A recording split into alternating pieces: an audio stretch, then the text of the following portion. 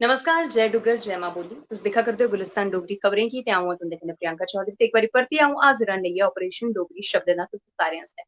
Operation Dogri शब्दें दी गल्ल करचै ते दर्शक जिस चाल्ली कन्नै हर इक शब्द गी समझदे न, फ्ही किश दर्शक ऐसे बी न जेह्ड़े उस जेह्ड़े शब्द दा अर्थ ऐ ओह् बी सानूं लिखियै जेह्ड़ा ऐ जरूर भेजदे न। ते उस्सै चाल्ली कन्नै अज्ज दे शब्द दी गल्ल करां ते अज्जा दा शब्द जेह्ड़ा ऐ तकरीबन जेह्ड़ा ऐ थोह्ड़ा जेहा हँसी मजाक आह्ला बी है, लेकिन कुदै ना कुदै अज्जा दे शब्द दा जेह्ड़ा मतलब ऐ थोह्ड़ी गैहराई कन्नै गल्ल करदे ना अक्सर तुसें सुनेआ होना कि जिल्लै कोई बी मनु किश बी कम्म करै ते ओह् कम्म जे सिद्धा नेईं होआ दा होऐ ते ओह् बार बार उसी ट्राई करदे जिल्लै थक्की जंदा ते ओह्दे मूंहों इक्कै शब्द बाह्र निकलदा, एह् मैं केह्ड़ा जब खाना पाई लेदा ऐ। यानी कि एह् केह्ड़ा जेह्ड़ा कम्म ऐ, एह् ऐसा कम्म ऐ जेह्ड़ा मैं पाई लैते दा, जेह्ड़ा मेरे कोला हून होआ दा बी हैनी ऐ ते हून एह् जब मैं अपने गले पाई लेदा।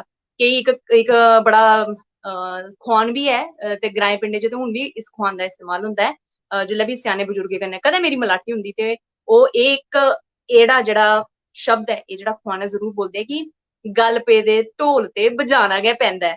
ते एह् पंजाबी च होई गेआ ते जेकर डोगरी च गल्ल करचै ते अज्ज बी किश ग्राएं दी कठुए साइड दी जेकर मैं गल्ल करां ते उत्थे दे बजुर्ग अज्ज बी गलांदे न कि जे पुत्तरा गल ढोल पाई लेदा ऐ ते हून फ्ही बजाई लै।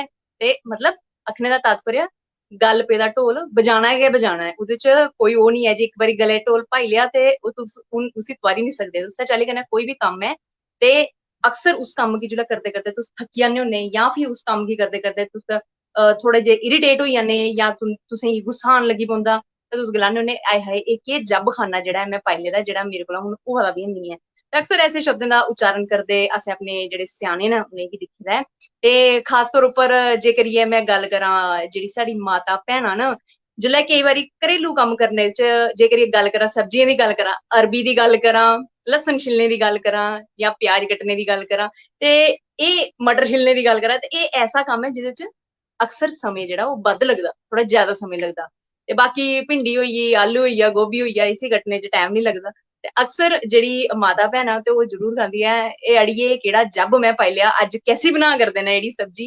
मतलब आखने दा मतलब एह् सिर्फ इक छोटी जेही तुसें गी उदाहरण दे तौर उप्पर मैं एह् गल्ल सनाई ऐ।